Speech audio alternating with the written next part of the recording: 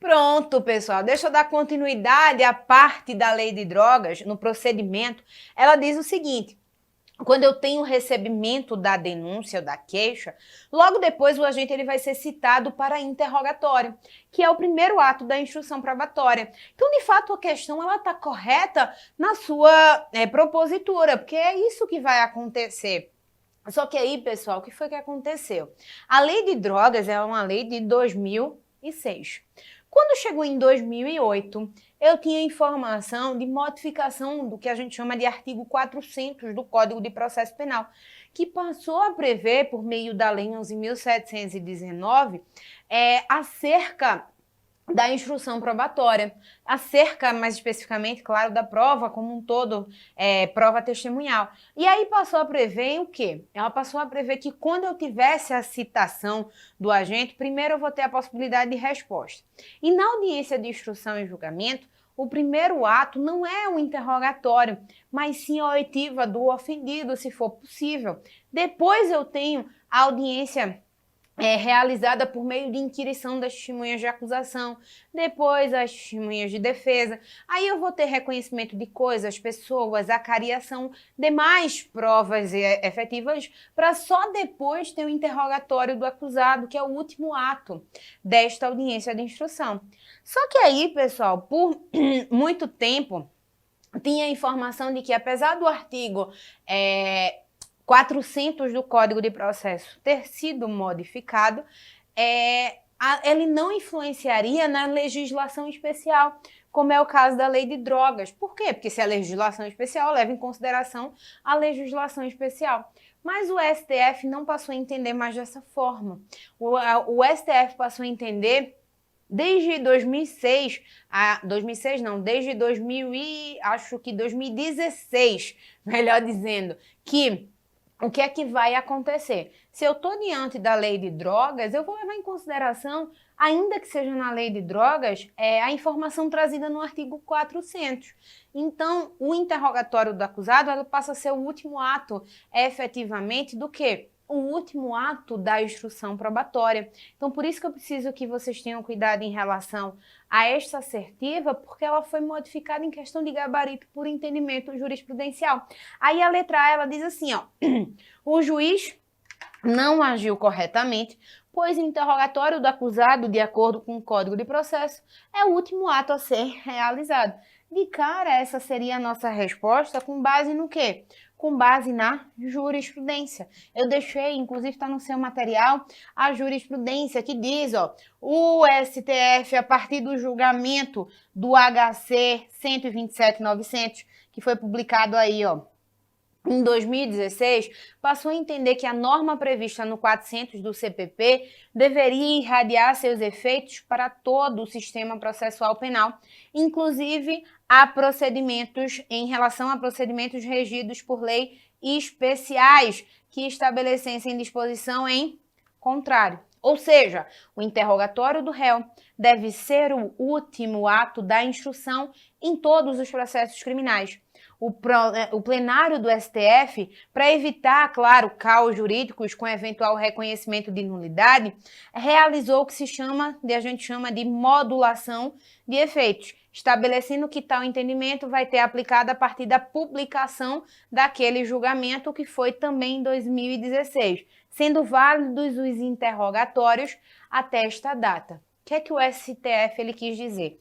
Ele quis dizer assim, ó, de 11 de março de 2016 para trás, eu levo em consideração o quê? Eu levo em consideração o que está na lei especial. Se a lei prevê como interrogatório sendo o primeiro ato desta instrução, é ele que vai ser realizado. Beleza, sem problema nenhum.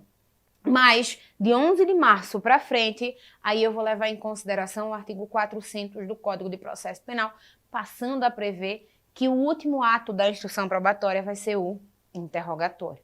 Beleza? Por isso que a letra A, nesta assertiva, ela passa a ser correta. Aí a letra B, ela vai dizer o juiz agiu corretamente, eis que o interrogatório tem razão em virtude do princípio da especialidade, deve ser o primeiro ato da instrução. Essa era a resposta inicial. Só que como eu tive modificação de entendimento jurisprudencial, a resposta passa a ser a letra A e não mais a letra B. Beleza, pessoal? Então, só para vocês saberem o que vai acontecer em relação à lei de drogas que pode vir a ser cobrada. Vamos para mais uma questão de procedimentos, porque a gente estava falando efetivamente sobre todos os procedimentos, mas eu não falei para vocês do procedimento até comum ordinário. E aí eu preciso dar uma palhinha efetiva, que vai ser efetivamente essa nossa última questão. Aqui a questão diz assim, ó. Em relação aos procedimentos previstos atualmente no Código de Processo Penal, assinale a alternativa correta. Aí eu tenho o rito ordinário, o rito sumário. Se você perceber, são as assertivas. Então, deixa eu falar para vocês um pouquinho sobre o rito comum ordinário. Veja que eu já falei com vocês o rito comum sumaríssimo, que é o da Lei 9.099/95. Já falei para vocês alguns procedimentos especiais, como foi o caso do Tribunal do Júri e da Lei de Drogas, mas eu preciso falar para vocês do procedimento comum ordinário, que é muito, mas muito parecido com o procedimento comum sumário. Eu tenho, ó, pequeníssimos detalhes. Então, a partir de agora, tudo que eu estiver falando sobre o procedimento comum ordinário vai se aplicar também ao procedimento comum sumário. E aí, quando for diferenciar, eu digo para vocês. E aí, pessoal, com o procedimento comum ordinário, ele vai ser iniciado quando, na realidade, o procedimento ele começa com o oferecimento da denúncia ou da queixa. Depois disso, eu vou ter o quê? Possibilidade de rejeição liminar da peça acusatória. O magistrado verifica se tem os requisitos do artigo 395 do CPP. Se tem, extingue o processo sem resolução de mérito. Não tem, aquela denúncia ou aquela queixa está em conformidade com o artigo 41 do CPP, ele vai fazer o quê? Recebe a inicial acusatória e manda citar, ordena a citação do acusado para responder à acusação. Resposta à acusação nos termos, nos moldes do artigo 396 e 396-A do Código de Processo Penal. Esta resposta à acusação, pessoal, ele é procedimento obrigatório. Sem a resposta à acusação, o processo ele é nulo, o procedimento ele é nulo. Então eu preciso da resposta? Preciso. Se não for feita por meio de advogado, necessariamente ela vai ser feita por meio do defensor público, no prazo de 10 dias. É o que estabelece o 396 e o 396-A do CPP. Depois disso, eu tenho o quê? Com a resposta à acusação, o magistrado ele vai verificar se é causa de absolvição sumária nos moldes do artigo 397 do Código de Processo Penal. O que é que isso quer dizer? Ele vai verificar naquela casuística apresentada se aquele processo deve ir ou não deve ir para instrução e julgamento. Aí ele vai verificar se tem algum tipo de excludente de ilicitude do fato, se tem algum tipo de excludente de culpabilidade, se tem, se porventura aquele fato não constitui infração penal, ou se tem alguma causa de extinção de punibilidade, do agente, causa instintiva de punibilidade do agente. Se tem, o que é que acontece? Extinção do processo, mas com resolução de mérito. Aqui o processo ele é finalizado, faz coisa julgada, inclusive material, porque eu tenho a resolução do mérito. Ah, Tassi, o juiz, depois da resposta à acusação, ele pega a resposta à acusação e não vê nenhum tipo de causa que seja, que declare, que informe a absolvição sumária. O que é que ele faz? Tá tudo certo no processo, vamos fazer a audiência de instrução e julgamento. Aí eu tenho um dia e hora para ser determinada essa audiência de instrução e julgamento. Na audiência de instrução e julgamento, aí eu vou ter a colheita de prova, instrução probatória, que vai ser iniciada com a declaração do ofendido, se for possível. Depois, testemunhas de acusação e testemunhas de defesa. A primeira diferença entre o procedimento comum, ordinário e sumário está aí. Por que, Tassi? Porque até então que eu estava falando, estava tudo igual. Mas por que nesse caso específico eu tenho diferenciação? Por causa do número de testemunhas, pessoal. No procedimento comum ordinário, eu posso ter até 8 testemunhas por cada parte. E no procedimento comum sumário, eu posso ter até 5 testemunhas por cada parte, beleza?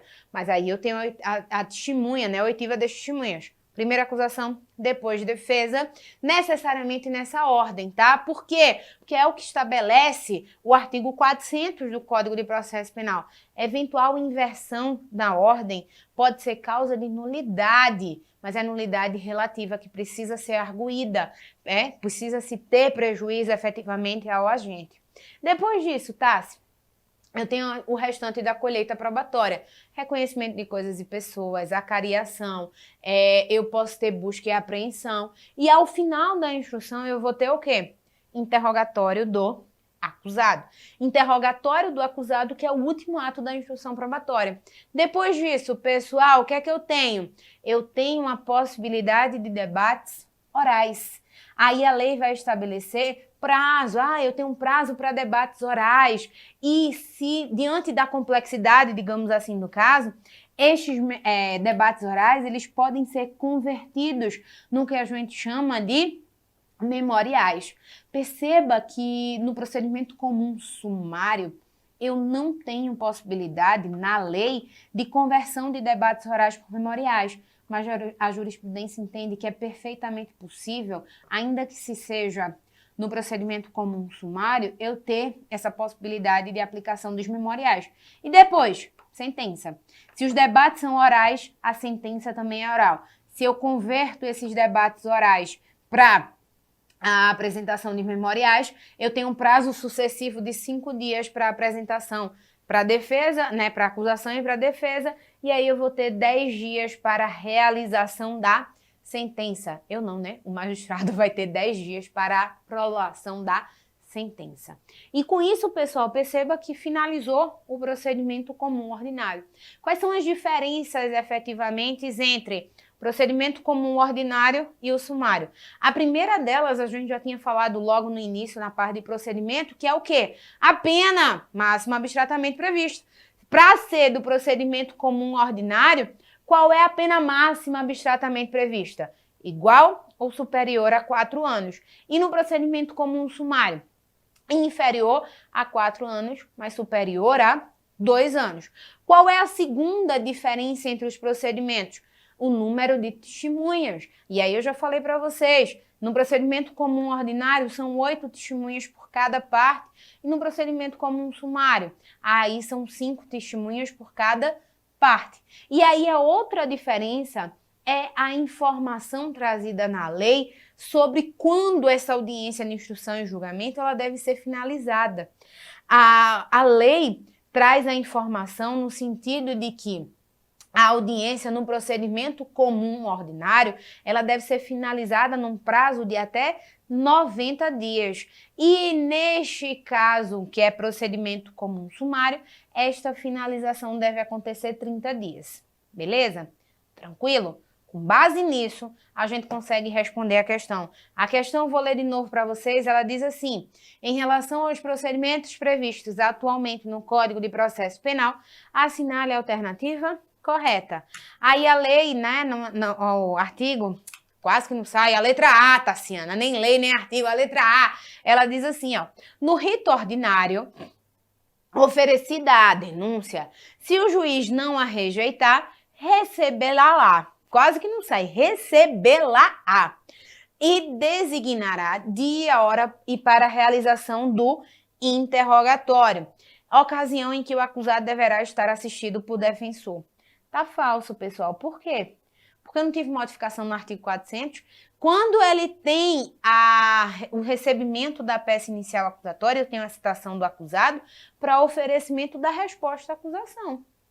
E depois da resposta à acusação, eu tenho possibilidade de absolução sumária, para só depois ser designada dia e hora para instrução e julgamento. E eu não tenho inicialmente, a primeiro ato, interrogatório. Eu vou ter o quê? As declarações do ofendido. Então, essa informação, ela tá equivocada. Aí a letra B diz assim, no rito sumário, oferecida a denúncia, se o juiz não a rejeitar liminarmente, recebê-la-á e designará dia e hora para a realização do interrogatório. Também tá errado, pessoal. Nessa parte, tanto o rito ordinário quanto o rito sumário é o mesmo jeito. Se eu tenho o recebimento da peça inicial acusatória, a gente já sabe que depois disso eu vou ter o quê? citação do acusado para oferecimento da resposta à acusação. É equivocada esta letra B também. Aí a letra C diz assim, ó, no rito ordinário, oferecida a denúncia, se o juiz não a rejeitar, liminarmente, recebê-la-á e ordenará a citação do acusado para responder à acusação por escrito, no prazo de 15 dias. A única informação errada é o prazo, porque o prazo para oferecimento da resposta é de 10 dias. Então, por isso que vai ser a assertiva D a nossa resposta, porque vai dizer que no rito sumário, oferecida a denúncia, se o juiz não a rejeitar liminarmente, recebê-la e ordenará a citação do acusado para responder à acusação por escrito no prazo de quê? 10 dias. Beleza, pessoal? É a informação, eu já tinha dito, inclusive, para vocês, do 396 do Código de Processo Penal, que diz, ó, nos procedimentos ordinário e sumário, oferecida a denúncia ou a queixa, o juiz, se não a rejeitar liminarmente, recebê-la e ordenará a citação do acusado para responder à acusação no prazo, por escrito, né, no prazo de 10 dias. Beleza, pessoal? Acredito que em relação a procedimentos, seria isso que a gente precisava comentar com vocês, para vocês gabaritarem a disciplina de processo penal. Mas aí vocês já sabem, se vocês tiverem alguma dúvida específica, vocês podem clicar no meu nomezinho aí no plantão de dúvidas e enviar a dúvida para mim, ou é claro, acompanhar a gente nas nossas redes sociais. Beleza, pessoal?